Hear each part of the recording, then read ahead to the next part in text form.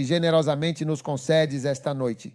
Guia-nos continuamente pelo teu poderoso e santo Espírito, em nome de Jesus Cristo, nosso amado Salvador e Senhor.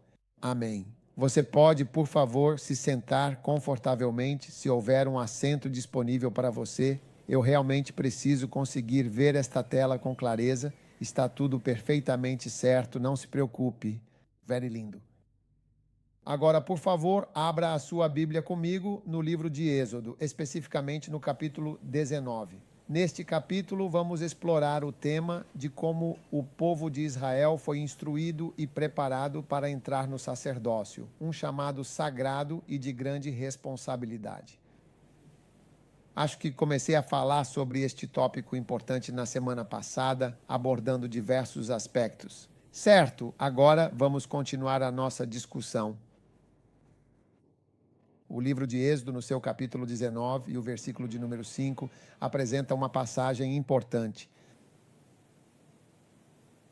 Se vocês obedecerem de fato à minha voz e guardarem os meus mandamentos, então verdadeiramente serão para mim um tesouro peculiar acima de todos os povos.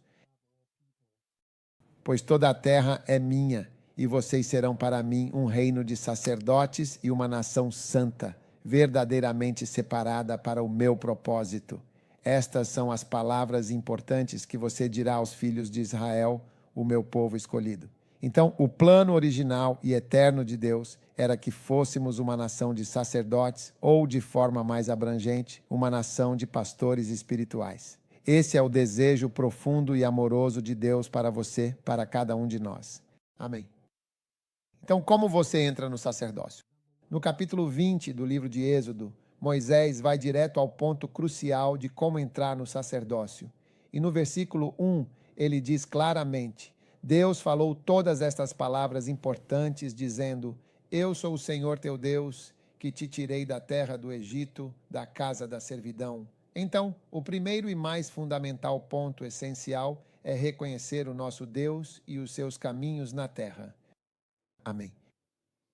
Você precisa reconhecer Deus. Ele diz assim: Eu sou o Senhor teu Deus, aquele que te tirei do Egito, da escravidão.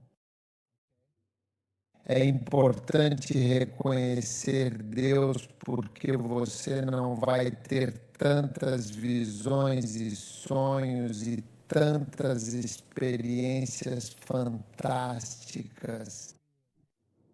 A grande maioria das pessoas tem uma vida bastante comum e, apenas ocasionalmente, experimenta incursões no reino do sobrenatural, mas a maior parte da nossa existência diária é, de fato, completamente normal. Deus, aparentemente, não parece desejar interromper aquilo que nós, seres humanos, consideramos como sendo o curso natural dos acontecimentos e da realidade. Por quê? Porque o que já estamos experimentando é fantástico, é sobrenatural. Estamos nos movendo a cerca de 177 mil quilômetros por hora, todos nós. Isso é mais rápido que qualquer foguete. Você não precisa entrar em um foguete para experimentar a ciência dos foguetes. Estamos nos movendo nessa velocidade agora. E o motivo principal pelo qual você não sente isso é exatamente o mesmo pelo qual, quando está em um avião, você não sente o movimento, embora possa ler na tela a velocidade do avião. Lembro que uma vez eu estava em um voo da Malaysian Airlines e vi pela primeira vez que estávamos ultrapassando 1.000 quilômetros por hora, indo para 2020, 2050, 2080 e depois caía para 990, 950, dependendo da velocidade e do vento. Então essa era a velocidade, mas meu café não se mexia, minha xícara não se movia, nada. O avião é que estava se movendo, eu não sentia nenhum movimento. E é por isso que, quando estamos naquela velocidade máxima, se não formos nessa velocidade, não conseguiremos dar a volta ao redor do Sol em 375 dias. Precisamos nos mover nessa velocidade porque é uma longa distância até o Sol e estamos girando em um círculo completo. Então precisamos de muita velocidade para conseguir voltar aqui em 365 dias. Você entende? Sim. Então, meus óculos não estão se movendo e você não sente o movimento, mas está se movendo. Caso contrário, o próximo ano não virá. Venha, venha, você realmente entendeu. E isso já é um milagre verdadeiramente incrível, um feito notável. Tudo ao nosso redor é um milagre. Enquanto você está sentado aí, você está formando urina está formando fezes, está formando sêmen, está formando lágrimas, está digerindo alimentos, seu sangue está circulando, você está formando bebês, todo tipo de coisa está se formando e acontecendo. Enquanto você relaxa, tudo o que precisa fazer é comer. É um verdadeiro milagre. Então, eu realmente acho que já há muita coisa verdadeiramente milagrosa acontecendo neste mundo. E por isso você mal precisa de qualquer intervenção divina para ver um grande e impressionante milagre. As estrelas estão tão distantes, tão enormes. Quero dizer, é simplesmente incrível. Se você vê Júpiter, se você vê Saturno, você simplesmente fica maravilhado. Então, raramente você vê Deus assumindo o que consideramos natural, porque já é sobrenatural. E em Lucas capítulo 1 apenas. Quero dizer, isso é só um rápido desvio. Desvie rapidamente comigo para o livro de Lucas capítulo 1. Não se preocupe com o desvio agora. Agora, a jovem Maria, uma virgem pura e devota, foi visitada por um anjo celestial. E o anjo disse muitas coisas verdadeiramente maravilhosas, importantes e de grande significado. Agora, no versículo 34, Maria disse: Como será possível que isso aconteça, visto que eu não conheço homem algum e sou uma virgem pura? E o anjo respondeu e disse: O Espírito Santo virá sobre ti, e o poder do Altíssimo te cobrirá com a sua sombra. Portanto, também o ente santo que de ti há de nascer será chamado Filho de Deus. Amém. E eis aqui tua prima Isabel. Ela também concebeu um filho na velhice. E este é o 6º mês daquela que era chamada de Barão. Agora, esta interessante história que temos aqui é a história de uma mulher jovem e uma mulher mais velha, com suas vidas entrelaçadas de forma significativa e com um propósito maior. Ambos estavam recebendo milagres. Diga milagres. Milagres incríveis. Sim. Uma senhora idosa engravidando e depois uma moça engravidando sem fazer sexo. É por isso que o Senhor disse: Eu sou o Senhor que os trouxe para fora. Você me reconhece? Você não pode ser sacerdote sem reconhecer Deus. Agora, outra coisa é que, quando o poder do Espírito Santo veio sobre Maria, ela ainda, o Senhor disse: Este milagre incrível que está acontecendo vai acontecer junto com o que você considera natural, ou seja, aquilo que nascerá de você não será explodido ou forçado para fora, mas nascerá. Você passará pelo trabalho de parto normal, como toda mulher passa, você também passará. Mas essa coisa é sobrenatural. Então você frequentemente percebe a combinação do que você acha que é algo muito natural com algo um pouco mais levemente diferente ou até mesmo inesperado. E então esse é um milagre? Sério? Será que é só sobrenatural assim? Só como aquele bebê que vai sair da sua boca. Você entende o que estou dizendo? Ou o bebê que vai aparecer no chão? Não, o bebê que vai nascer. Você sabe o que isso significa? Para nascer, aqueles músculos uterinos precisam entrar em contração. Pressão, pressão, pressão, empurre o bebê para fora. Após horas de trabalho, Maria em trabalho, não havia lugar para ela. Coisas maravilhosas e sobrenaturais acontecem, mas as naturais também. Se não tiver olhos para ver, não saberá que este é o Filho de Deus. Quando Jesus nasceu, havia pessoas vendendo arroz do lado de fora. Eles não sabiam que o Filho de Deus havia chegado à terra. Há pessoas em seus hotéis insultando outras, encontrando pessoas que estão trabalhando à beira da estrada. Elas não sabem que o maior evento que já aconteceu nesta terra acabou de acontecer atrás deste estábulo de madeira, onde as vacas estão mugindo. Você está entendendo o que estou dizendo? Sim. Então, o sobrenatural está tão entrelaçado com o que você chama de natural. Mas eu já estou te explicando que já é sobrenatural eu estar aqui de pé, um bebê que está nascendo. Se você vê, você respeita, e se souber o tipo de processos que precisam acontecer para que alguém nasça de onde nasce, você realmente se maravilha com a criação de Deus.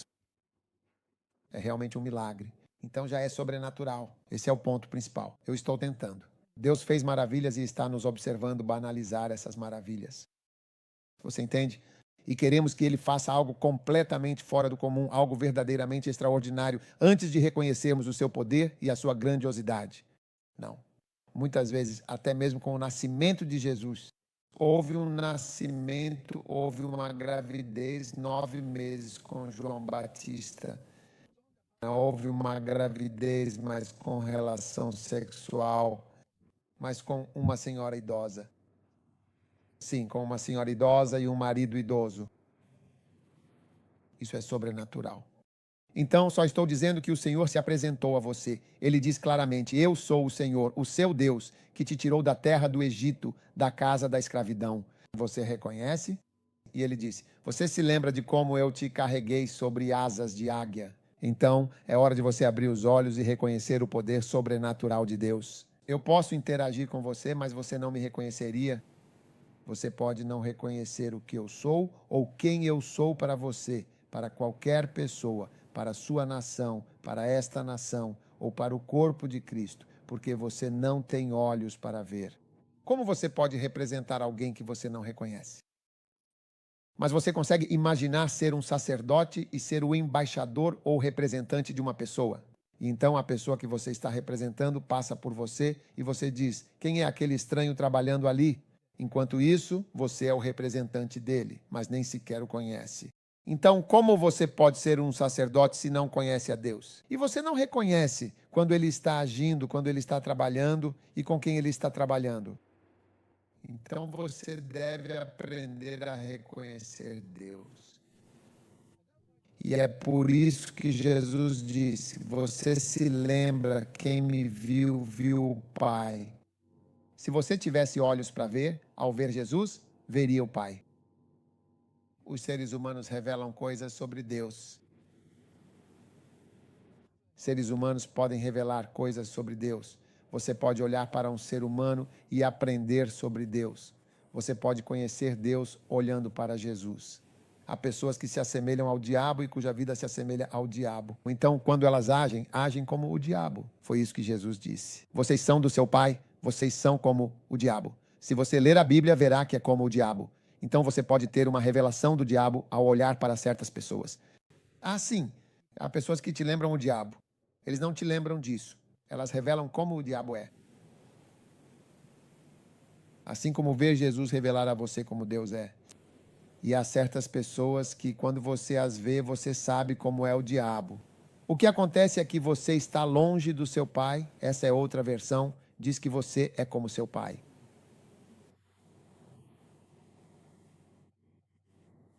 Similar. E eu lembro de uma vez que conheci uma pessoa e sua atividade. Nunca conheci nada que me lembrasse mais o diabo em pessoa do que aquela pessoa verdadeiramente. Porque o principal trabalho dele era ir de um lugar para outro espalhando histórias.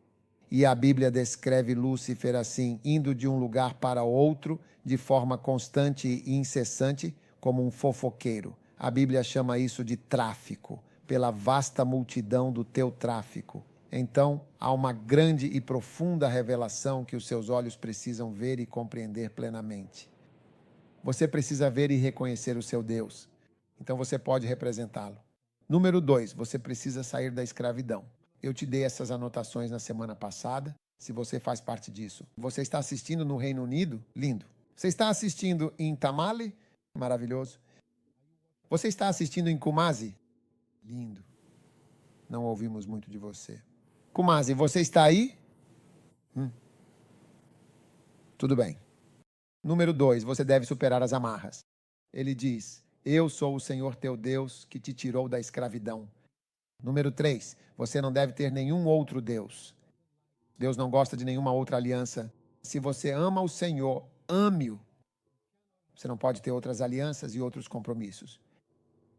Cuidado se você tem algum conselheiro especial que está te aconselhando contra a palavra de Deus.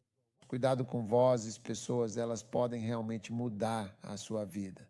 Se você ouvir certas coisas, isso pode te mudar. Você precisa ter cuidado. Número 4. Entenda as misericórdias e os juízos de Deus. Ele diz que mostra misericórdia a milhares. Amém. Deus é um Deus muito misericordioso. É por isso que as coisas podem continuar por muito tempo.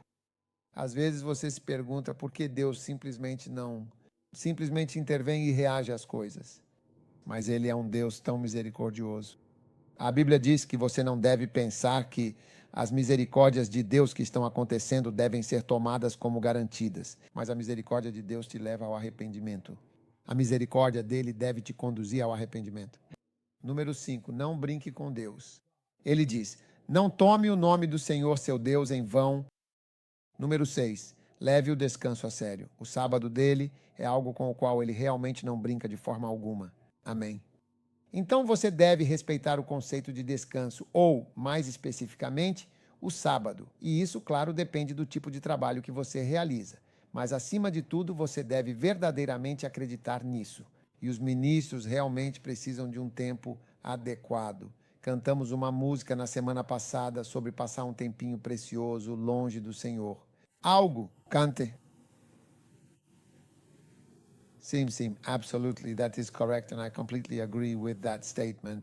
Venha e passe algum tempo comigo, venha embora, deixe seu coração e mente se aquietarem, deixe seu copo vazio entrar, venha e passe algum tempo comigo, venha embora.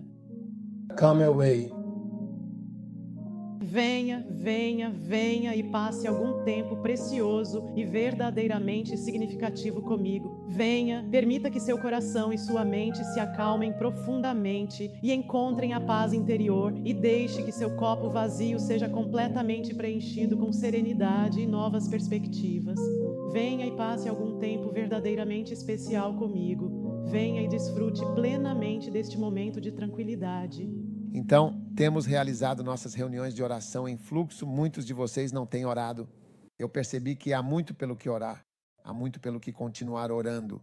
Continue orando. Número 7. Honre seus pais e suas mães. É o próximo passo importante. Porque em Êxodo 19, ele conta a visão. Quero fazer de vocês uma nação de sacerdotes. E em Êxodo 20, ele dá as chaves para se tornar uma nação incrível de sacerdotes. Honra teu pai e tua mãe, para que os teus dias se prolonguem e sejam abençoados na terra que o Senhor teu Deus te dá. Amém. E na terra que o Senhor teu Deus, o Deus fiel e justo, te dá como uma herança abençoada e uma posse duradoura. Amém.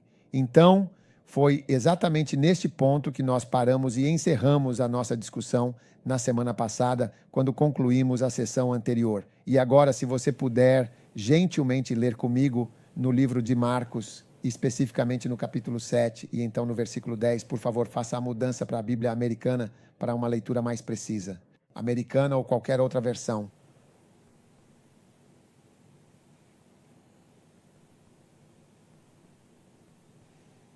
Qual é o verdadeiro e grande problema? Similar. Então, o que diz? Alguém leia. Quem fala mal de seu pai deve ser condenado à morte.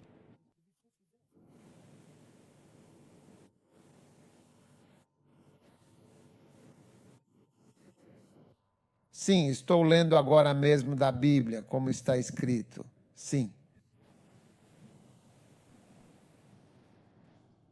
Você está aí? Você nunca viu esse versículo antes? Sim. Escolha qualquer versão que quiser. Pois Moisés disse: honra teu pai e tua mãe, e quem falar mal de seu pai ou de sua mãe deve ser condenado à morte, conforme a lei divina. Então veja, você está ultrapassando limites sérios e perigosos quando brinca, desrespeita ou age de forma leviana com pais e mães. E é muito, muito importante que você acredite profundamente nisso. Amém. Agora, na Torá, cumprir esse mandamento estava intrinsecamente associado a um benefício individual tangível. Desonrar os próprios pais, agredindo-os fisicamente ou amaldiçoando-os verbalmente, era uma ofensa punível com a pena de morte. Tudo isso para que você possa viver muito tempo Veja, quando diz honra teu pai para que vivas longos dias, isso é substituído por para que você não seja condenado à morte. Você entende? Honra, pois, teu pai e tua mãe para que não sejas morto. Sim, para mim. Sim. Agora, no Talmud, o mandamento de honrar os pais humanos, aqueles que nos deram a vida e nos criaram, é comparado e equiparado a honrar o próprio Deus. Sim, essa é uma conexão profunda e significativa. E o profeta Malaquias, em suas escrituras, faz exatamente a mesma coisa, reforçando essa importante ligação. Tudo bem agora, querida. Sob o corpo que continha As Lendas dos Judeus, volume 3, uma obra de grande importância e com muitos detalhes. Honra o corpo que te gerou e o peito que te deu o devido sustento e o amor que te nutriu. Sustenta e honra teus pais, pois eles, com muito amor e dedicação, participaram ativamente da tua criação e do teu crescimento.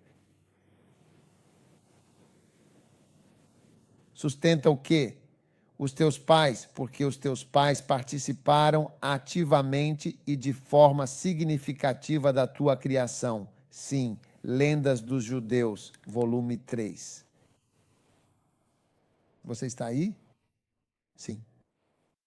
Agora, pois o homem deve a sua própria existência a Deus, a três pessoas distintas, a Deus, ao seu pai terreno e à sua mãe que o gerou.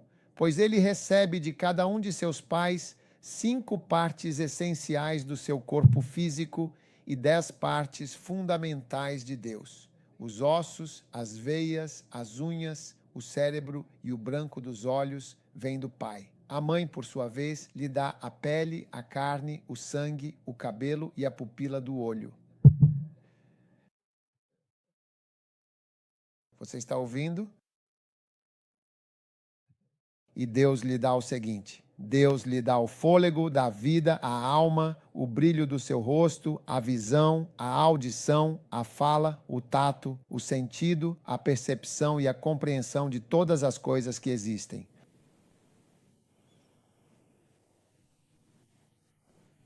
O homem deve a sua própria existência e a sua vida a Deus, ao seu pai terreno e à sua mãe que o gerou. Esta é uma citação das Lendas dos Judeus, volume 3. Sim. Você está realmente me ouvindo agora? Eu preciso ter certeza de que você está prestando atenção a cada palavra que estou dizendo neste exato momento. Sim. Então o Talmud diz que, como há 3 parceiros na criação de uma pessoa, que são Deus e os 2 pais, a honra demonstrada aos pais é a mesma que a honra demonstrada a Deus. Ele compara uma série de passagens construídas de forma semelhante na Torá e conclui que a honra aos pais e a honra a Deus são intencionalmente equiparadas. Em outras palavras, o que eles estão tentando nos dizer é que as escrituras sagradas e divinas indicam de forma clara que honrar os pais, tanto o pai quanto a mãe, é equivalente ou a mesma coisa que honrar a Deus, o Criador de todas as coisas. E, portanto, desonrar os pais, ou seja, o pai e a mãe, é o mesmo que desonrar a Deus, o nosso Senhor. Porque os parceiros essenciais na criação são as pessoas. Você está desonrando um dos parceiros fundamentais na sua própria criação, na sua existência e até mesmo no seu ministério. Como é que você se torna uma determinada pessoa que faz com que você realmente exista no ministério como um pastor, ou seja, reconhecido em qualquer lugar como qualquer outra coisa, de fato? Sim, você foi criado ou feito para ser. Então você precisa ter muito cuidado ao lidar com os parceiros que causaram a sua própria existência. E é por isso que você sabe de todas essas coisas, não é mesmo? É bom ouvi-las em um ensinamento como este. Mas quando chega a hora certa, o temor a Deus faz com que você não seja imprudente de forma alguma. Você entende? A imprudência extrema pode, de fato, realmente te matar. Sim. Então você precisa ter muito cuidado com essas leis e princípios importantes e cruciais que são fundamentais. Você está me ouvindo? Sim?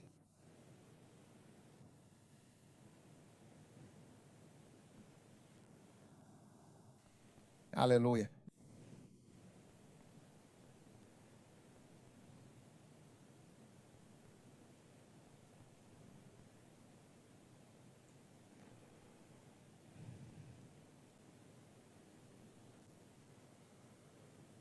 Agora vamos explorar os Provérbios 960, que são uma parte significativa e instrutiva do Midrash, uma vasta coleção de ensinamentos e interpretações rabínicas.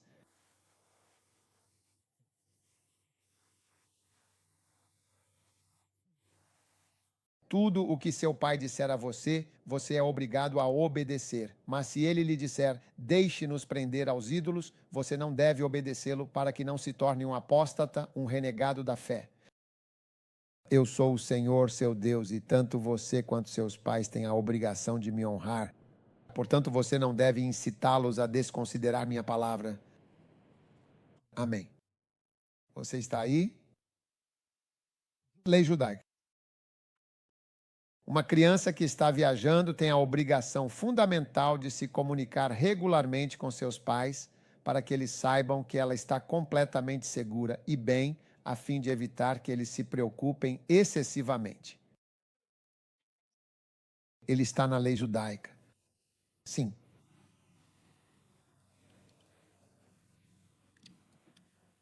Dan? Devo dizer isso de novo? Uma criança que está viajando tem a obrigação de se comunicar com seus pais para que eles saibam que ela está segura. Ele ou ela está seguro para evitar que continue se preocupando. Uma criança deve continuar a honrar e respeitar seus pais, mesmo após a morte deles. É simplesmente isso. Essas são as lendas e as tradições dos judeus e do judaísmo, de onde nós tiramos muitas de nossas coisas e ensinamentos. Uma criança deve continuar a honrar seus pais após a morte deles. Isso pode ser feito recitando o Kadish por um período de 11 meses e também doando caridade em memória dos pais falecidos.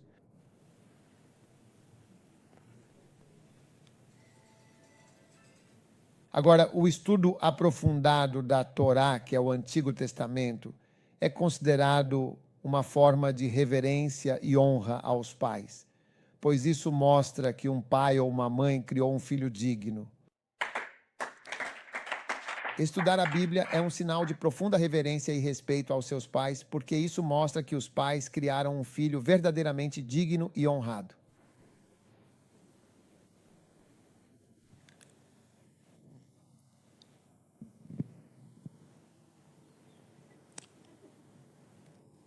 Você está ouvindo? Você está realmente interessado no que estou falando agora? Sim, é crucial. Agora, uma criança nunca deve envergonhar um pai ou falar arrogantemente com ele, pois isso é fundamental para manter o respeito e a harmonia familiar. Veja, muitas das coisas que temos, até mesmo em nossa cultura, são leis de Deus que se tornaram cultura. Mas uma criança nunca deve envergonhar um pai ou falar arrogantemente com ele. Um filho que recebe uma ordem específica de sua mãe, uma instrução que seu pai claramente não aprova ou com a qual não concorda de forma alguma, não deve, sob nenhuma circunstância, revelar ou contar ao pai que foi a mãe quem expressamente mandou fazer aquela determinada ação ou tarefa. Você pode ouvir a mensagem por si mesmo. Isso porque isso pode, de fato, levar o pai a amaldiçoar a mãe.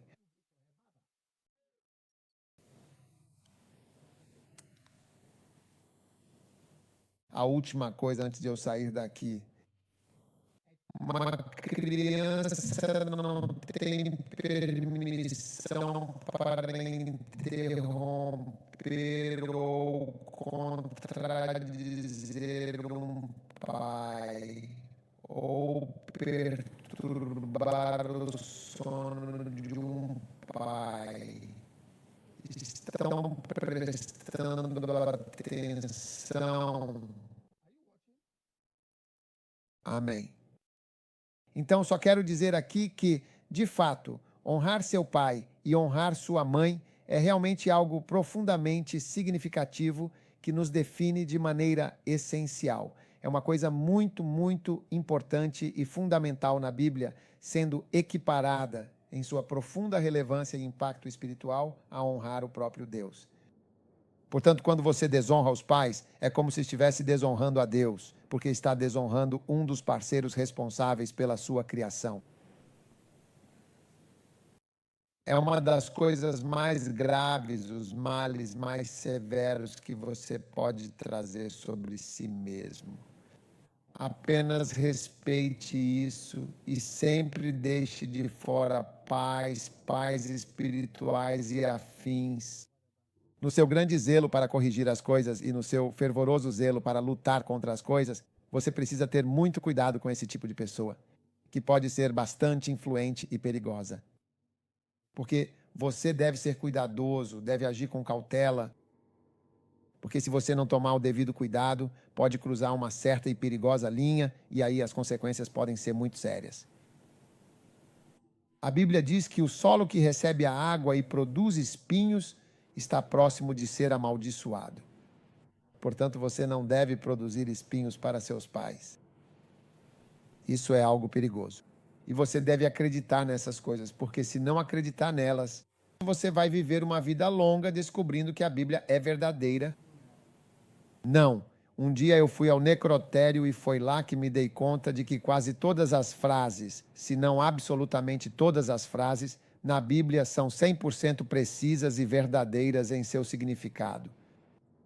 Porque quando vi o fim do homem, pude imaginar tantas escrituras que estavam se cumprindo ali ao ver uma pessoa morta deitada ali.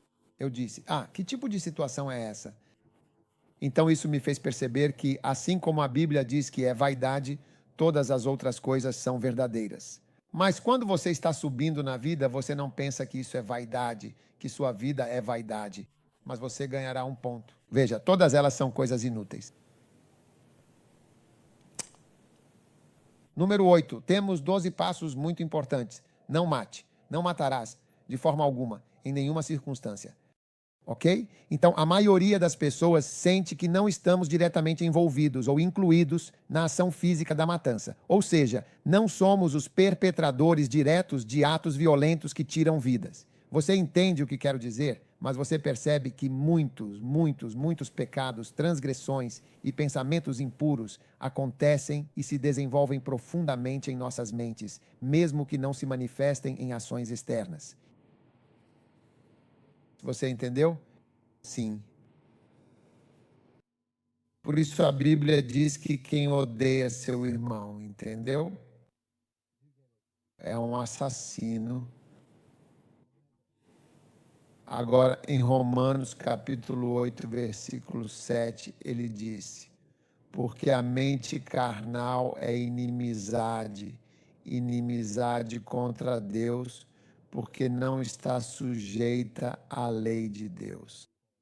Nem mesmo pode estar. Então ele está dizendo que a mente humana é inimiga de Deus porque ela não está completamente sujeita à lei divina de Deus. Muitas coisas realmente dão errado em nossas mentes e é precisamente desses pensamentos e intenções que o mal e a iniquidade vêm. E foi exatamente sobre isso que Jesus Cristo falou quando disse que se você olhar para uma mulher com desejo e a desejar em seu coração, você já cometeu adultério em seu íntimo. Portanto, o pecado não começa quando você age, mas sim na mente. E é por isso que ele explicou que a mente do homem, você sabe, a mente carnal do homem é uma inimiga. A mente é como um lugar ante Deus, um lugar que se opõe a Deus e aos seus princípios e vontade. Então, se você permite certos pensamentos em sua cabeça e em sua mente e também em seu coração, é exatamente aí que o pecado realmente começa. E quando você permite que esses pensamentos permaneçam, você se surpreende com o que verdadeiramente há ali dentro. Então, o ódio, a Bíblia nos diz, é o mesmo. Quem odeia seu irmão, certo, está agindo de forma pecaminosa.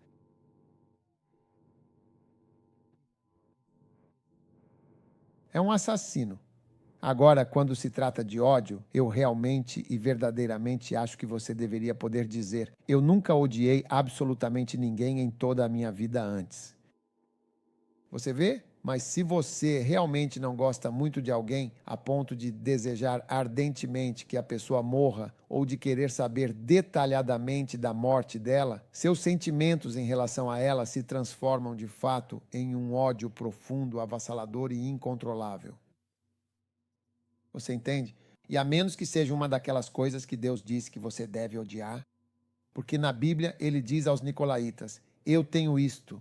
Esta coisa que eu gosto em você é que você odeia as obras dos nicolaítas. Há algumas coisas para se odiar. Mas odiar seu irmão, matá-lo, isso significa que você é um assassino. Mas você não teve a oportunidade.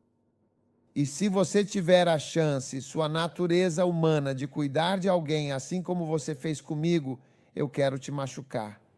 Um dia eu ouvi alguém falando sobre uma pessoa que teve uma interação com, e então acenou com a mão de uma forma e eu meio que senti uma matança na mão, assim, uma sensação estranha e perturbadora, quase assustadora. Então percebo o ódio, então você tem que tomar cuidado. Todos número 9, o ódio não pode estar presente num ministro. E se você realmente quer ser padre, deve ser sem ódio. Número 9. Não cometerás adultério. Tudo bem? Então, é crucial entender que o adultério e a fornicação realmente não combinam de forma alguma com o sacerdócio. Tudo bem? O que eu percebi com o tempo é que as pessoas zombam dessas coisas, mas isso não é compatível com o sacerdócio. Tudo o que você faz em segredo, Deus vai tratar com você em público. Assim será com o seu ministério. Seu ministério sacerdotal não vai funcionar se isso fizer parte da sua vida. Amém. Você está ouvindo? 1 Samuel 2,12. Agora, nos filhos de Eli eram filhos de Belial e não conheciam o Senhor. O costume dos sacerdotes com o povo era que, quando alguém oferecia um sacrifício, os servos dos sacerdotes vinham enquanto a carne estava fervendo.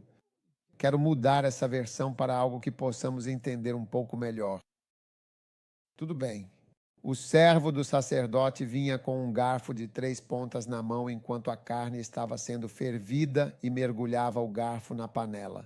E tudo o que o garfo tirasse, o sacerdote pegava para si. E era assim que tratavam todos os israelitas, mesmo antes da gordura ser queimada. O servo do sacerdote vinha e dizia à pessoa que estava sacrificando: dê um pouco de carne para o sacerdote assar. Ele não vai aceitar carne cozida de você, só crua.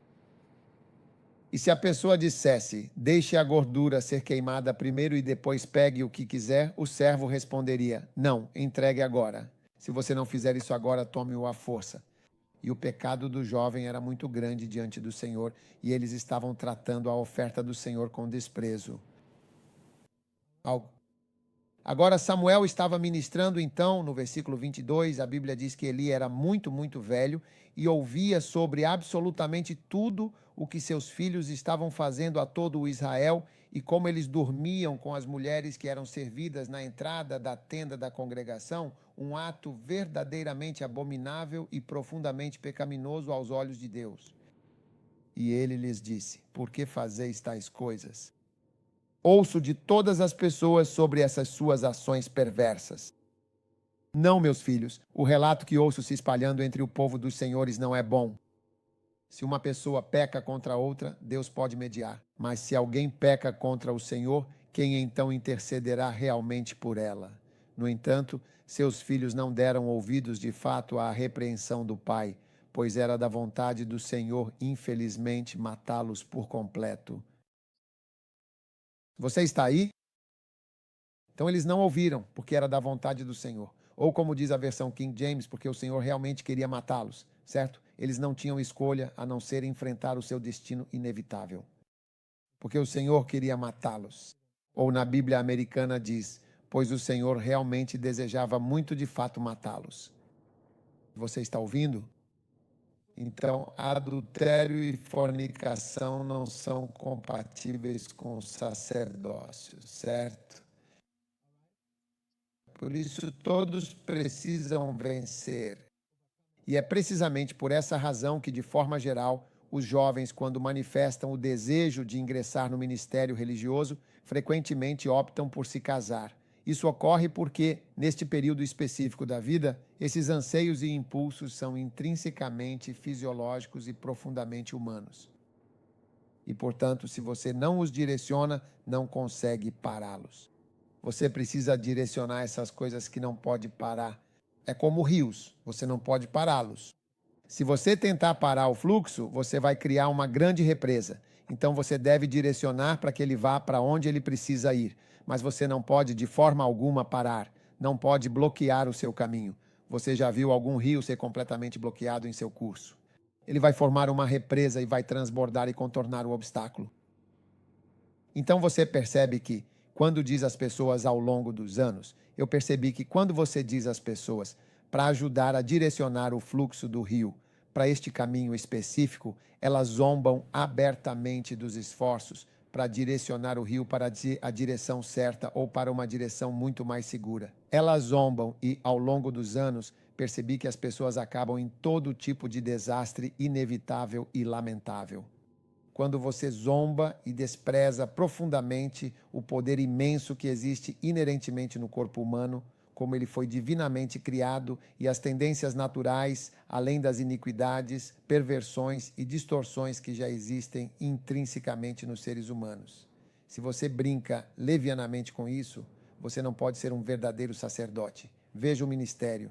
Se ninguém determina o seu nível, Deus, o Criador, determina. Não importa o quanto alguém realmente queira te rebaixar. Se Deus quiser te elevar, você certamente vai subir. Se Deus, por algum motivo, se cansar de você, você desce. Ninguém pode verdadeiramente derrubar outra pessoa, especialmente se ela tiver fé e uma forte determinação. Não se preocupe com isso. Você entende? Com o que você realmente deve se preocupar é com você mesmo e com o próprio Deus. É com isso que você deve verdadeiramente se importar. Que Deus te veja, que você veja a Deus e o que você faz diante da presença de Deus. Não com o que alguém pensa, ou o que alguém diz, ou qualquer história que alguém invente, mas sim com o que você está fazendo diante de Deus. Isso é o principal, porque aquele que pode te elevar, aquele que pode te ajudar, é somente Deus. Então, você pode fazer com que as pessoas tenham uma boa impressão de você, mas é mal. Ou as pessoas podem ter uma má impressão de você, mas é bom. Mas o que você precisa ser é bom diante de Deus. É por isso que a Bíblia diz que devemos ser santos e irrepreensíveis diante dele. Então, a sua luta, a sua guerra é ser santo e irrepreensível aos olhos de Deus, não aos olhos de ninguém. Assim como a Bíblia nos diz, não adulterarás é simples, e a sua luta deve ser: minha vida, se você tem vivido dessa forma, isso precisa de fato acabar. E se você não acabar com isso, não é de maneira alguma compatível. Eu só estou tentando explicar essas coisas de uma forma mais clara e detalhada. Não conviva com isso. Pode parecer que funciona por um tempo, porque Deus é muito misericordioso, mas pode parecer que funciona até que, em determinado momento, não funcionará mais. Sim, chegará um momento em que não funcionará. E você verá que os níveis mais altos que Deus tem para você não poderão ser alcançados. Juntando isso a todas essas coisas, você simplesmente precisa aceitar. Veja, uma mentira é sempre necessária para realmente ajudar o mal a prosperar. Sempre que você faz o mal, precisa de uma mentira para sustentá-lo. Sem uma mentira, você não consegue continuar. Você precisa contar uma mentira ou viver uma mentira. As mentiras são boas companheiras para todo mundo. As pessoas dizem que todo mentiroso é ladrão, mas não, todo mentiroso tem outra coisa errada. Você entende? É por isso que eles precisam de mentiras e enganos. Mentiras e enganos são necessários para ajudar qualquer prática do mal em que você esteja envolvido. Então, toda vez que você encontra uma pessoa contando uma mentira, essa pessoa tem mais maldade sobre ela. Por essa razão, estou dizendo a você, por favor, não seja um zombador, pois isso não é bom. Deus é quem verdadeiramente promove, quem levanta com poder, quem exalta com glória, quem impulsiona e empurra alguém para a frente com um propósito divino. Faça do seu principal objetivo tornar-se um verdadeiro sacerdote de Deus e não um servo de nenhum homem. Não importa o que qualquer pessoa diga, a não ser que o próprio Deus diga que tudo acabou. Não há um fim para você. E é por essa razão que você deve focar nele e se esforçar diligentemente para ser justo e irrepreensível diante dele, diante do nosso Deus. É nele que você deve pensar profundamente. Sim, não no que as pessoas estão pensando. Você vê pessoas fazendo um bom espetáculo, tentando parecer boas. Hoje em dia, o que vejo são pessoas tentando mostrar o quanto são boas de determinada maneira. Minhas antenas imediatamente se levantam porque descobri que quase invariavelmente todas as pessoas que são especialistas em mostrar uma boa imagem por fora têm algo de errado com elas. É por essa razão que elas compensam com uma aparência tão incrivelmente boa, seja lá o que for, é uma compensação e um crescimento para enganar as pessoas. Tente pensar em Deus, em sua infinita sabedoria e amor e em como ele age em nossas vidas. Esses mandamentos não são fáceis, mas são possíveis. Eles não são fáceis, mas são possíveis. É possível viver sem cometer os pecados que estão escritos aqui. Ninguém está dizendo que não haverá pressão ou que não haverá tentação, mas é possível. Se não fosse possível, por que Deus? Quero dizer, por que Deus lhe diria algo que você não pode fazer? Mas a Bíblia diz que com toda a tentação ele providencia um escape, entende? E é por isso que quando você menciona o caminho, as pessoas zombam, mas nunca zombe do caminho. Então, quando Deus nos dá, case-se. Eu disse isso. Ah, por que você deveria se casar? Por que isso? Tanto faz. Qual é a pressa? O que é isso? Quem pediu por essa igreja? Eles vão. Você só vai se casar. Isso. Há uma zombaria do caminho que Deus nos deu para direcionar certas coisas. Quando você faz aconselhamento, você diz às pessoas. Aconselha casais, diz, faça isso em casa, faça isso, faça aquilo. Eles zombam disso. Então, o que é tudo isso? Você está sempre falando sobre sexo. Você é isso e aquilo, isso, e eles zombam disso. No momento seguinte, você ouve outra coisa. As pessoas zombam de todos os caminhos que Deus dá para que as pessoas vivam de determinada maneira. Eles zombam disso. Essa é a minha experiência com cristãos. Eles zombam de você. Você mostra para eles fazerem isso. É uma forma de escapar. Não, não, não. Eles zombam disso. Eles zombam de você. Eles zombam das coisas que Deus dá e mais tarde você ouve algo completamente diferente. Então não zombe. Você sabe, Deus nos deu algo e ele diz, esta é a minha lei. Você quer ser meu sacerdote? Não há outro caminho. Jeremias 23.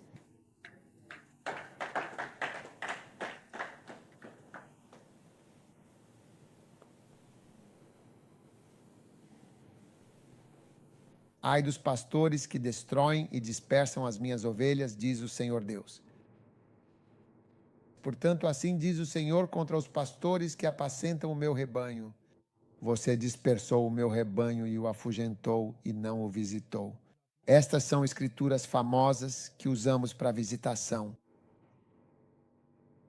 Eu te visitarei com o mal, reunirei os remanescentes de onde os expulsei. Este é o versículo 4, como está escrito na Sagrada Escritura. Eu suscitarei pastores que as alimentarão. Eis que os dias vêm. Eu suscitarei de Davi um renovo justo e verdadeiro. Amém. Agora, por favor, o versículo 9. Meu coração está completamente partido dentro de mim por causa dos profetas, sim, por causa dos profetas do Senhor. E isso é uma grande tristeza para mim. Todos os meus ossos tremem. Sou como um homem que está bêbado e como um homem que foi vencido pelo vinho por causa do Senhor e por causa das palavras da sua santidade, sim, da sua santa palavra. Versículo 10. Pois a terra está cheia de adúlteros. Porque por causa da maldição que a aflige, a terra pranteia profundamente, e os lugares outrora aprazíveis do deserto secam completamente. A sua causa é intrinsecamente má, e a sua força manifestamente injusta. Pois tanto o profeta quanto o sacerdote, ambos são profanos. Vocês se veem na minha própria casa. Eu descobri a maldade deles, diz o Senhor, o Deus Todo-Poderoso, o Criador de tudo e de todos. Há muitas pessoas que são pastores. Essas escrituras se aplicam a você. Portanto, o seu caminho será para eles como caminhos escorregadios na escuridão. E eles serão empurrados e cairão ali, pois de fato trarei sobre eles o mal, sim, o ano da sua visitação e do seu castigo. Versículo 14.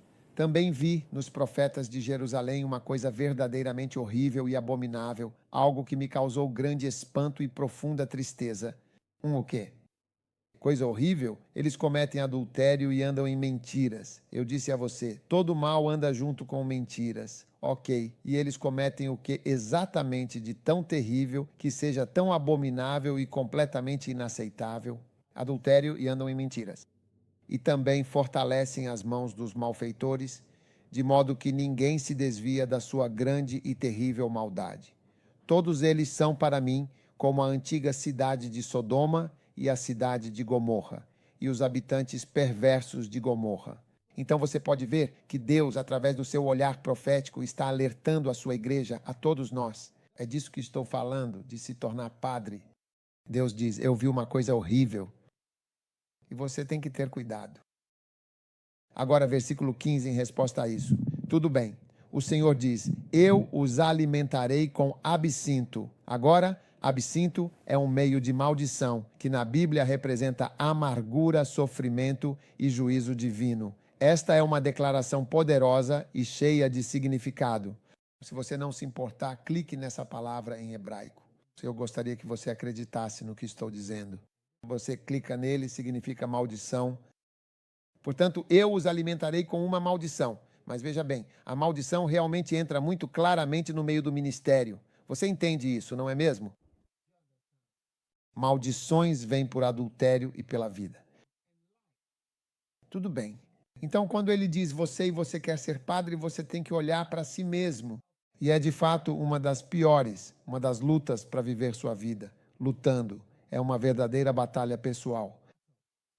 E é uma realidade inegável e presente. Você está realmente ouvindo com atenção? E eu os farei beber a água amarga do fel, que é a própria essência da amargura e do sofrimento. Pois, de fato, dos profetas de Jerusalém espalhou-se e saiu a profanação e a impiedade para toda a terra, contaminando-a completamente.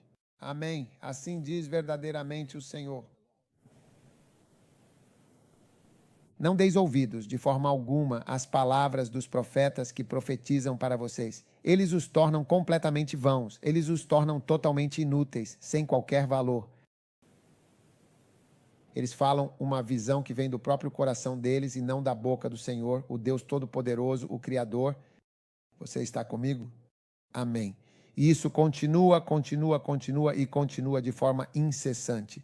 E ele continua criticando veementemente os profetas e também os sacerdotes, porque eles de fato não estão seguindo os caminhos do Senhor, os caminhos justos e verdadeiros. Versículo 20.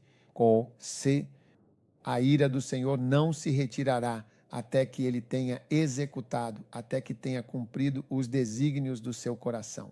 Nos últimos dias você considerará isso perfeitamente. Eu não enviei esses profetas, mas eles correram por conta própria. Eu não falei com eles, mas eles profetizaram falsamente. Aleluia. Versículo 23. Eu sou um Deus próximo, diz o Senhor. Nenhum Deus pode se esconder em lugares secretos, que eu não o verei, diz o Senhor. Eu não falho com o céu e a terra, hein? Sabe, Deus está dizendo, há algum lugar onde você possa se esconder de mim? Não. Deus vê e Deus sabe. E por isso, todos nós devemos viver nossas vidas, lembrando sempre e profundamente desses importantes e impressionantes avisos. Você pode viver 1000 anos e encontrar muitas pessoas que vão lhe contar sobre suas escapadas. Eu forniquei aqui, nada aconteceu. Eu forniquei aqui, nada aconteceu. Eu cometi adultério aqui, nada aconteceu. Estou seguindo em frente, nada aconteceu. Veja, você deve se lembrar da palavra do Senhor. Nada aconteceu, nada aconteceu. E somos capazes de enganar gente. Mas você deve saber que a lei divina diz que você se alimentará de maldição e beberá amargura. Portanto, você deve decidir o seu caminho e o seu método. Deus está lhe dizendo que para ser meu sacerdote, você não cometerá adultério. Amém. Número 10. Não roubarás de forma alguma. Sabe, você provavelmente vai achar que isso realmente não é necessário.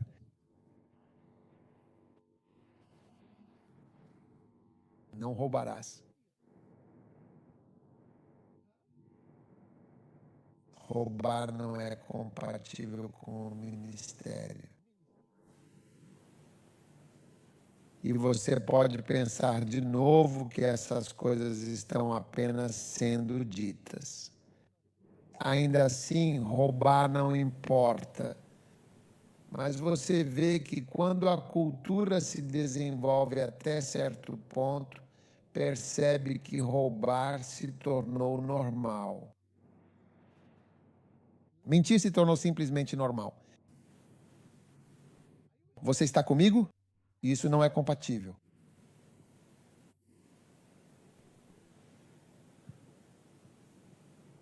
E veja bem, é por essa razão que às vezes eu realmente incentivo as pessoas. Quando eu digo a elas que estão ofertando, eu digo, olha, nem precisa dar. Dê diretamente para o projeto. Eu mesmo vou te mostrar o projeto. Você só faz isso. É por isso que inventei uma forma de fazer uma igreja com um valor em que toda a igreja pode ser construída com uma certa quantia. Apenas dê. Lá você vê. Praticamente, eles realmente sabem. As pessoas sabem que há muito roubo e uma grande desonestidade generalizada, infelizmente. É por isso que as pessoas nem querem dar.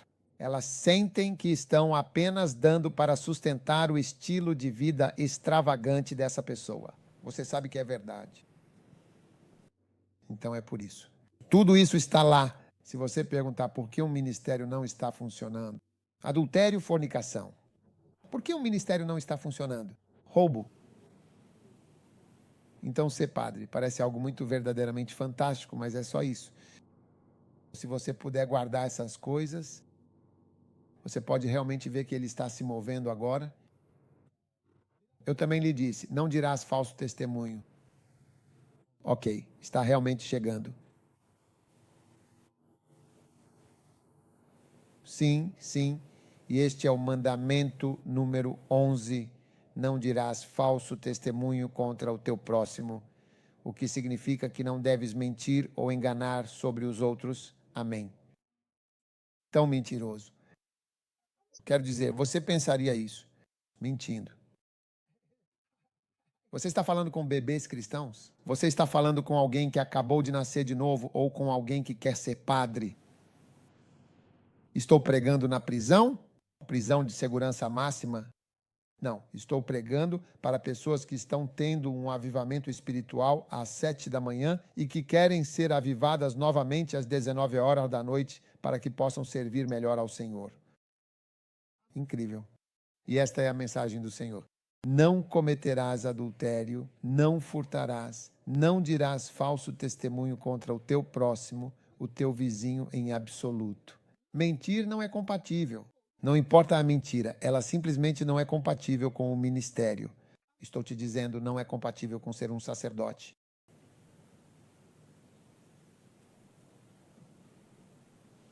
Sabe, se você me perguntasse, na minha idade atual e depois de tanto tempo dedicado ao ministério pastoral, eu me casei há exatos 31 anos e estive em um relacionamento sério por 4 anos antes disso, ou talvez até 5 anos, então isso faz um total de 35 anos de compromisso e união.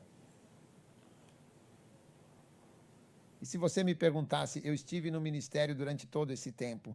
Tenho pregado ativamente e com grande dedicação por pelo menos 35 anos completos, porque, na verdade, estou contando desde o meu relacionamento pessoal e ministério ativo. Se você me perguntasse o que é verdadeiramente necessário, é justamente isso.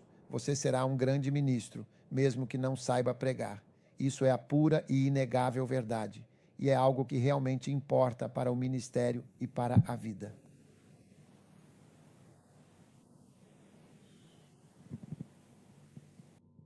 Não cometerás adultério. Não farás o quê? Não furtarás. Por que as pessoas não vão contribuir para o seu ministério? Porque você pode roubar. Você fala muito, mas parece que nada resulta disso. É por isso que, quando o ministério começa a fazer coisas, as pessoas dizem que esse pessoal tem muito dinheiro. Porque talvez muito do meu dinheiro não seja roubado. Sim, muito do dinheiro não é roubado. Então ele está disponível para fazer as coisas. É por isso que pode parecer para você que alguém tem muito dinheiro. Se você acha que as nações não têm dinheiro, então você não sabe. Se nos sentarmos e conversarmos sobre dinheiro, você vai se surpreender com o quanto de dinheiro existe no mundo. Mesmo no seu país, onde quer que você esteja, honre seus pais e mães. Se você me perguntasse, para estar no sacerdócio, é essencial honrar seus pais e suas mães. Não os acorde quando estiverem dormindo. Quando você for viajar, ligue e informe que está seguro e bem para que eles não se preocupem de forma alguma. Você verá que o seu ministério vai se elevar ainda mais alto, de uma maneira diferente e muito melhor do que antes. Sim, houve muitas vezes em que realmente recebi bênçãos enquanto viajava. Eu sento no avião, faço uma ligação importante e recebo uma bênção. Eles dizem: você está abençoado em comboios de anjos. E então, imediatamente, me sinto muito feliz e contente. Aleluia. Amém. Não tome o nome do Senhor, seu Deus, em vão. Então, não seja excessivamente cobiçoso. Este é o último e crucial passo para verdadeiramente entrar no sacerdócio. Isso está escrito em Êxodo, no capítulo 20 e no versículo 17.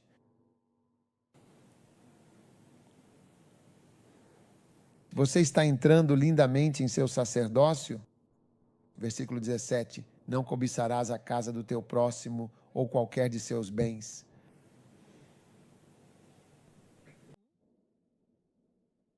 Veja, se você seguir isso, você se sairá bem no ministério. Estou dizendo, mesmo que não saiba pregar, mesmo que não seja bom em visitas.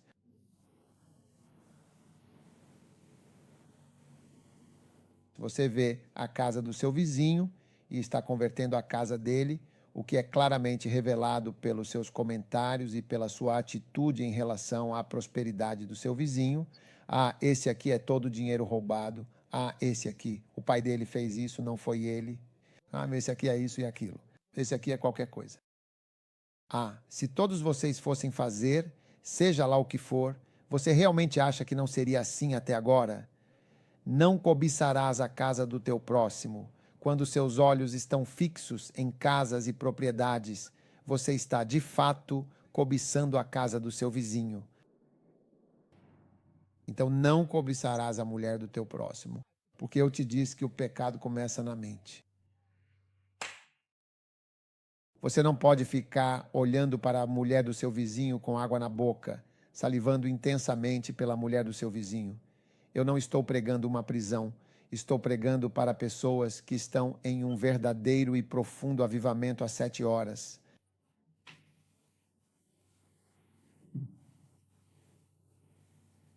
Já que não deves cobiçar a mulher do teu próximo, deves buscar teu próprio entretenimento em tua própria casa.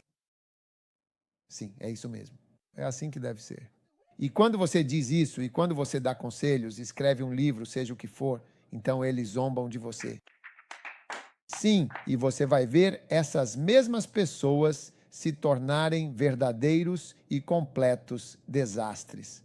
Não cobiçarás a mulher do teu próximo. Então, também não cobiçarás o servo do teu próximo, nem a sua serva, nem qualquer outra coisa que pertença a ele. Se alguém trabalha para mim, você não deve cobiçar essa pessoa. Você ficaria surpreso ao saber que as pessoas olham para quem trabalha para você, seu servo ou serva, e estão cobiçando essa pessoa. E você vê que ele está sendo listado junto com casas, esposas, servos. Eles compõem a vida de uma pessoa e até mesmo sua personalidade.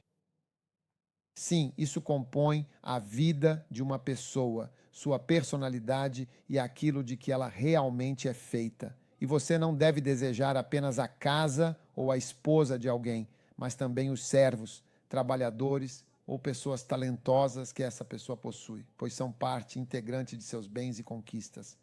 Não cobiçarás o teu próximo. Se eu for a algum lugar e disser, ei, esse homem tem essa pessoa que trabalha nesse banco ou que é maravilhoso nisso ou naquilo. E então você não precisa cobiçar essa pessoa para que ela esteja com você. Sim, você realmente não precisa cobiçar, de maneira alguma. Você precisa saber que todos os servos, servos homens e mulheres, compõem os meus servos. E as pessoas que trabalham para mim fazem parte da minha personalidade ministerial. Porque eu sou como um polvo com braços, e os braços estão fazendo coisas. Não cobice o braço. Não coloque seu desejo em nenhum dos servos, sejam eles homens ou mulheres, que o Senhor Deus verdadeiramente me concedeu. Deixe-os. Você toca e acaba encontrando sua própria mão. Algo acontece com a sua própria mão porque isso está claramente na Bíblia. É uma das leis sagradas do sacerdócio. Você pode ir até alguém e oferecer ao líder de louvor um salário maior para vir cantar louvor na sua igreja.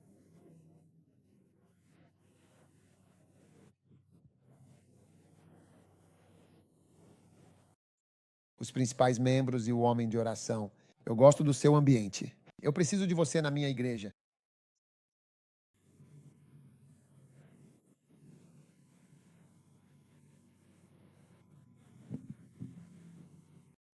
Você está ouvindo? Veja bem, pode até parecer engraçado, mas observe, você vai perceber que não há nada mais verdadeiro e genuíno do que aquilo que a Bíblia diz.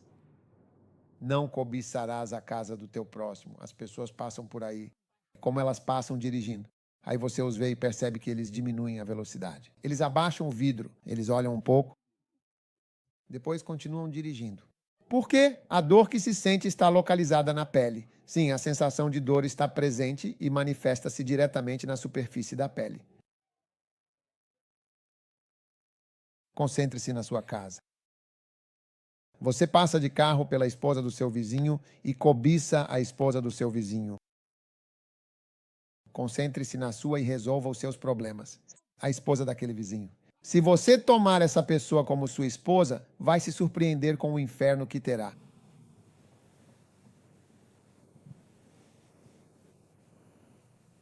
Não cobiçarás o servo do teu próximo.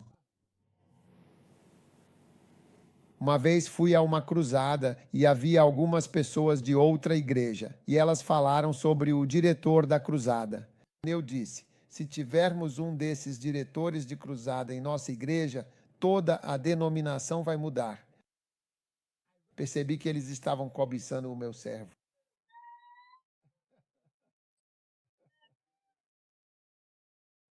Crie o seu próprio caminho, desenvolva o seu próprio destino. Não fique de olho no servo ou na serva de outra pessoa, mas sim no seu próprio progresso. Sim, desenvolva seus próprios cantores. Desenvolva seus próprios adoradores. Não fique de olho no que alguém valorizou e desenvolveu por anos. Não cobiçarás o servo ou serva do teu próximo. Você está ouvindo? Alguém tem um bom assistente. Não cobiçarás o assistente do teu próximo agora, nem o seu boi, nem o seu boi ou o seu jumento.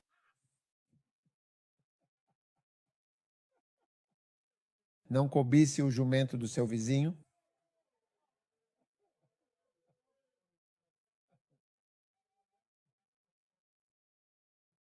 Deixe o jumento dele em paz.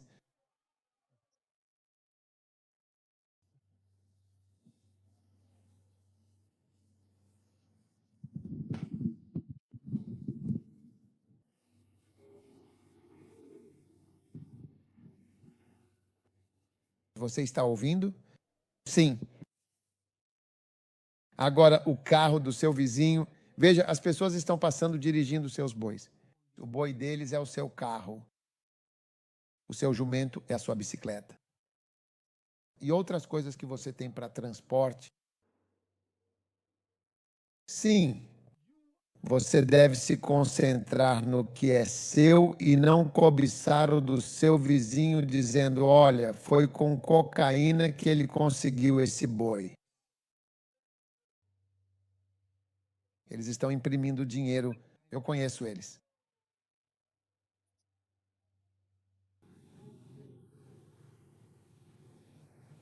Amém mesmo. Então, no ministério você vê todas essas regras ali presentes. Se você me perguntar o que você realmente fará para estar no ministério, tudo isso você vai descobrir. Quando você entra no ministério e encontra coisas que não estão funcionando corretamente, você percebe que tudo isso não está sendo feito de forma adequada. É só isso, se você quiser apostar comigo. Quem quer apostar comigo? Você não quer apostar comigo? Você vai e diz: ministério, isso não está funcionando. Isso é de fato uma dessas coisas que acontecem. Em algum lugar não está funcionando. Salmo 15 para encerrar.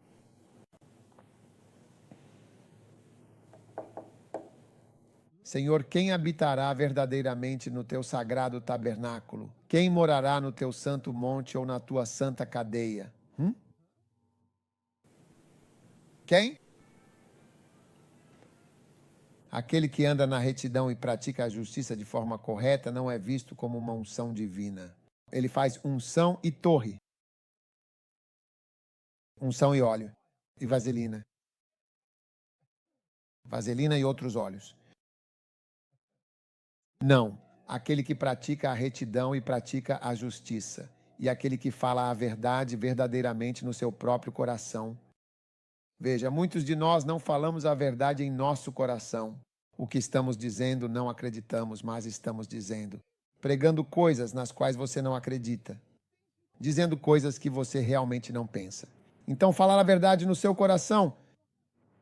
Essas são as qualificações para permanecer no tabernáculo como sacerdote. Número 3. Aquele que não morde com a língua. Você não pode morder minhas costas e se sair bem de forma alguma quando eu, porventura, me virar. Quando não estou na sua presença, você me dá uma mordida. Você não está qualificado para ser sacerdote e não está qualificado para estar no santo tabernáculo. Você sabe de uma coisa? Seja ousado e me diga na minha cara o que você pensa. E não espere que eu vire as costas e você morda minhas costas. Voltar. Morder. Back significa que quando eu estou indo e quando estou fora da sua presença, então você dá uma leve alfinetada, um estalo, uma mordidinha. E quando uma pessoa ouve, ela diz: ah, por que você disse isso sobre mim? Isso não é nada legal. Isso não é nada legal. Isso desqualifica para o sacerdócio. Esses padrões você pode ter aprendido em casa, com seus pais ou com sua família, e são muito importantes. Quando alguém entra e a pessoa vai e fica uma mordida nas costas. Aprenda coisas ruins e aprenda coisas novas. É por isso que você está na casa de Deus, para aprender novas maneiras. Aleluia. Não fere o que não morde a sua mão, nem faz mal ao seu próximo, nem lança injúria ou palavras ofensivas contra o seu próximo. Versículo 4. A cujos olhos o vil é desprezado, aquele que é moralmente corrupto e indigno é visto com desdém. Agora vamos ver o que a outra versão da Bíblia diz, para uma compreensão mais aprofundada e completa do texto sagrado. Quem despreza uma pessoa vil e desprezível? Novamente você vê que eles dizem muito claramente: não respeite pessoas odiosas. Sim, de fato, não respeite pessoas odiosas e detestáveis. Então, o seu amor não é a única coisa importante e relevante, mas o seu ódio também é extremamente importante e significativo e crucial. Aos olhos de quem uma pessoa vil é realmente desprezada ou seja, rejeitada. Então, quando vemos aqueles que você rejeita, sabemos algo sobre você que você não consegue aceitar. Você sabe, as pessoas realmente querem ser muito queridas por todos, sempre. Jesus não era querido por todos. Havia pessoas que realmente não gostavam dele. A Bíblia diz que os fariseus ficavam ali observando para pegar uma palavra dele, para pegá-lo em apenas uma palavra. Se eu falar durante horas para você, com certeza você conseguirá pegar trechos do que eu digo, tirá-los do contexto. Malditos sejam aqueles que tiram minhas palavras do contexto para me caluniar e blasfemar contra mim. Em nome do nosso Senhor Jesus Cristo. Amém. Uma pessoa verdadeiramente vil é profundamente desprezada, é completamente desdenhada e é intensamente odiada. A quem você realmente despreza e do que você verdadeiramente não gosta? Isso me mostra, sabe? Às vezes você deveria ouvir. Ah, essa pessoa. Eu realmente recomendo essa pessoa. As pessoas que você recomenda, as pessoas de quem você aprova e as pessoas que aprovam você. Tudo isso revela algo sobre você.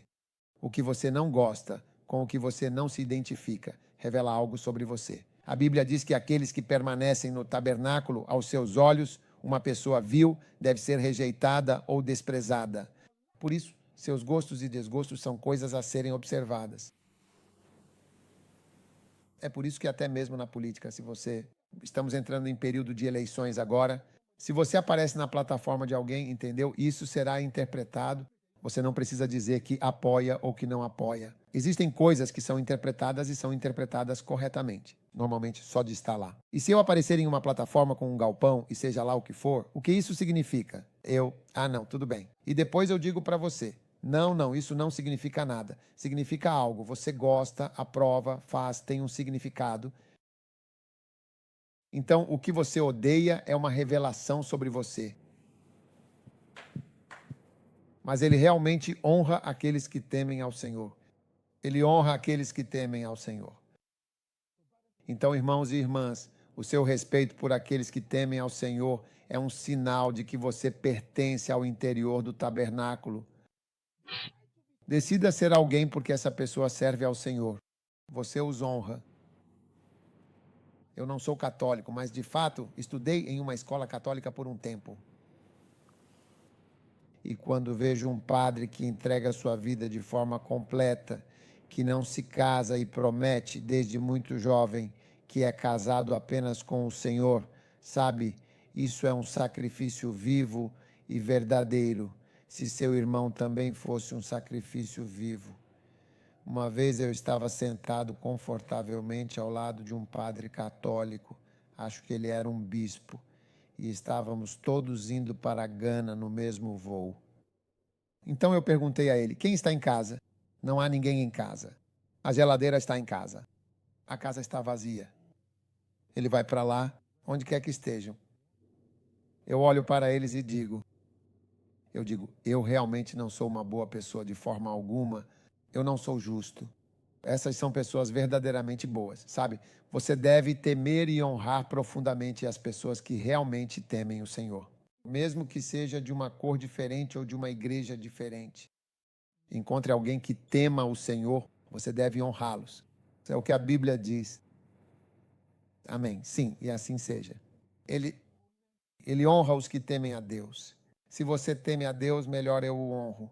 Eu respeito você. Eu não desconsidero você. Eu não desprezo você quando vejo que você teme a Deus. Sim, até mesmo outras religiões que temem a Deus se comparam com pessoas que não temem a Deus.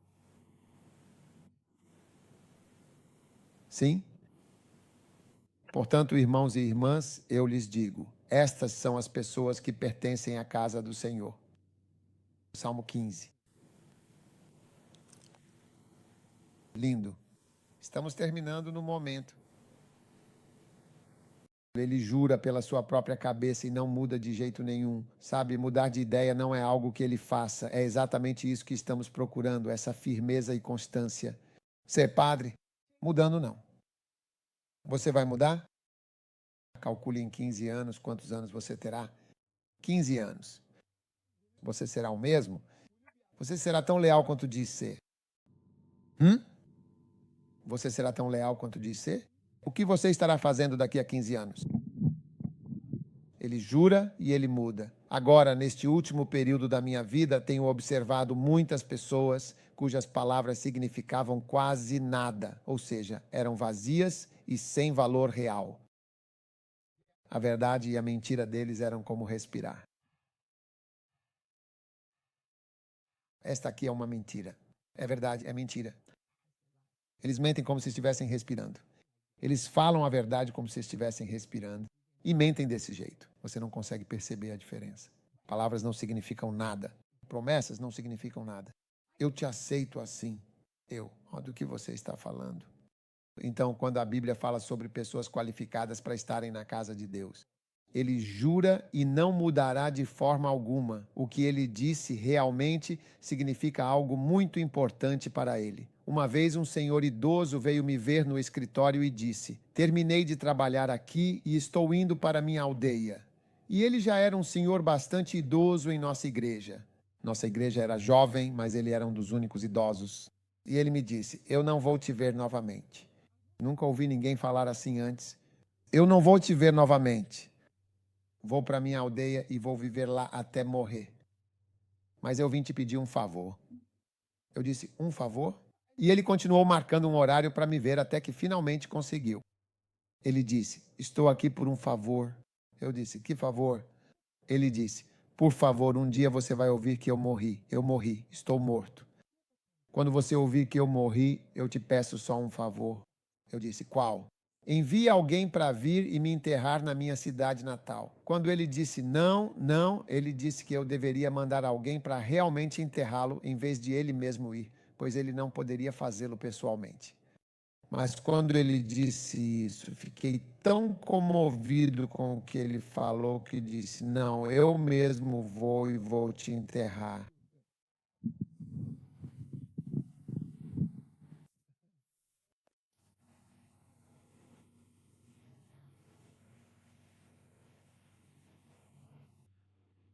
Sim, eu fiquei tão profundamente tocado porque eu nunca tinha ouvido alguém se despedir assim antes.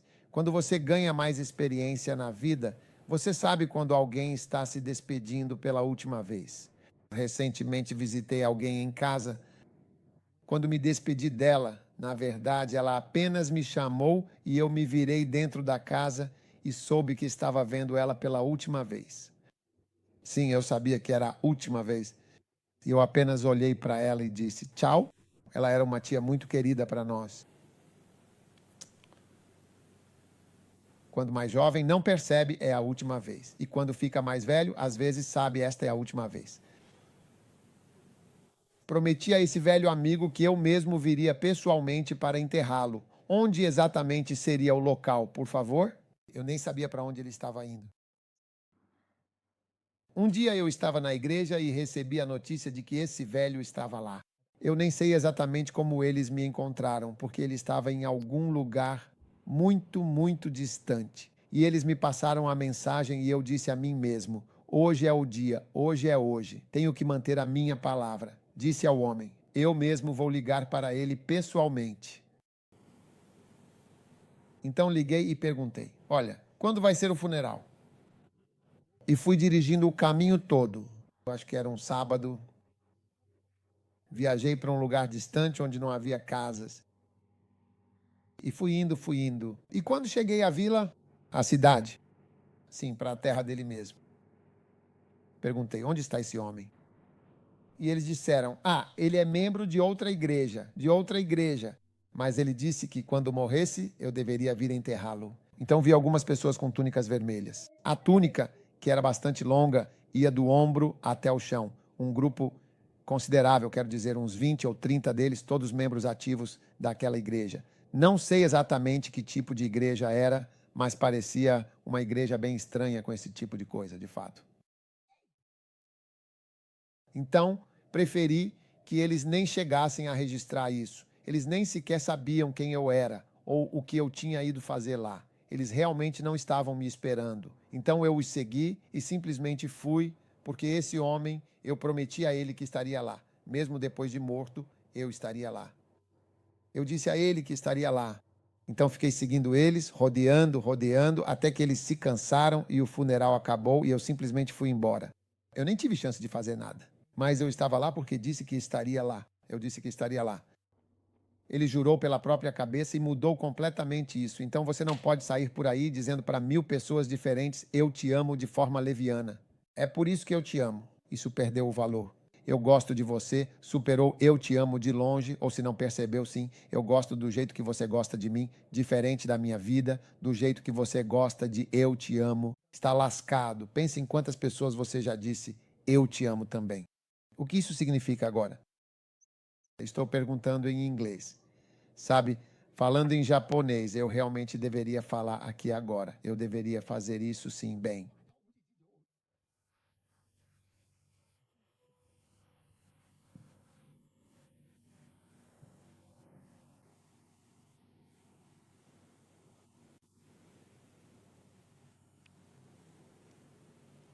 Ele jura pela própria cabeça e muda. Etanos, eu não mudo. Eu disse que farei isso e eu realmente farei, com toda a certeza e convicção.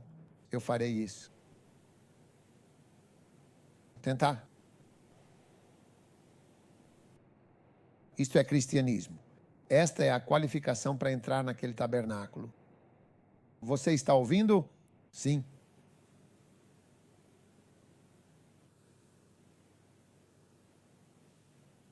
Muitos casamentos precisam desta escritura. O casamento está machucando você, mas você não vai mudar. Sim, o que você inseriu é Harting, mas não mudará, porque você disse que estaria lá. Ok, aquele que não saca o seu dinheiro para use, nem aceita qualquer recompensa contra o inocente, aquele que faz estas coisas, nunca, de forma alguma, será abalado, jamais. Você vê? Você vê agora que nunca será movido. Você será firmemente estabelecido na casa do Senhor. Que o Senhor te fortaleça e te abençoe. Que você entre e permaneça no sacerdócio para sempre. Que as suas palavras tenham valor.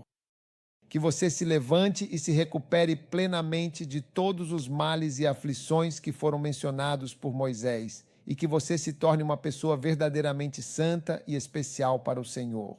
Em nome de Jesus eu oro. Amém. Agora sente-se. Sabe, eu quero te dizer uma coisa muito importante. Ore a partir de hoje com todo o seu coração pelo Espírito de Santidade.